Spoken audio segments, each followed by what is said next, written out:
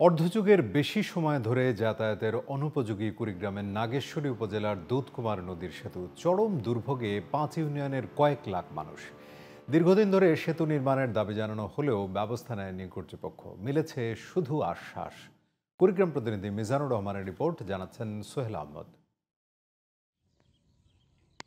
নাগেশ্বরী উপজেলার ৫ ইউনিয়নের কয়েক লাখ মানুষের যাতায়াতের একমাত্র ভরসা ছিল দুধকুমার নদীর এই সেতুটি। কিন্তু ২০১৭ সালে বন্যায় দেবে যাওয়ার পর থেকেই চলাচলের অনুপযোগী হয়ে পড়ে সেতুটি। খরা মৌসুমে ফসলি জমি দিয়ে চলাচল করলেও বর্ষা মৌসুমে ভোগান্তির শেষ নেই যাতায়াতকারীদের। কর্তৃপক্ষকে বারবার অবহিত করা হলেও কোনো প্রতিকার মেলেনি ৫ ইউনিয়নের কয়েক লাখ মানুষের। সেই ১৭ সাল থেকে অদ্যাবধি এই এলাকার মানুষ নানান দুঃখ দুর্দশার মধ্যে তারা রাস্তা বিভিন্ন দিক দিয়ে সোনাহাট দিয়ে ঘুরে যায়। আমাদের চলাচলের এমন অসুবিধা হয়েছে, বাচ্চা কাচ্চা স্কুলে যাইতে পারে না।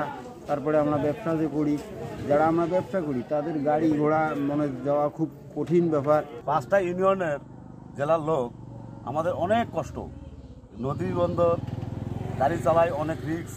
এই জায়গায় বন্যার সময় লোকাইতে পারাপার একটু ঝামেলা, আবার হলো শুকনার দিনে বৃষ্টি নামলে গারে অনেক কাদা হয়ে যায়, গাড়ি চালাইতে খুব কষ্ট হয়। ভোগান্তির কথা স্বীকার করে দ্রুত সেতু নির্মাণের আশ্বাস দিয়েছে উপজেলা প্রশাসন। এটি খুবই জনগুরুত্বপূর্ণ একটি রাস্তা, কিন্তু ২০১৭ সালের বন্যায় এখানে একটি ব্রিজ সহ রাস্তার যে ক্ষতি হয়েছে সেটি পুনরায় নির্মাণের জন্য রোডস অ্যান্ড হাইওয়ে ডিপার্টমেন্টকে অনুরোধ করব।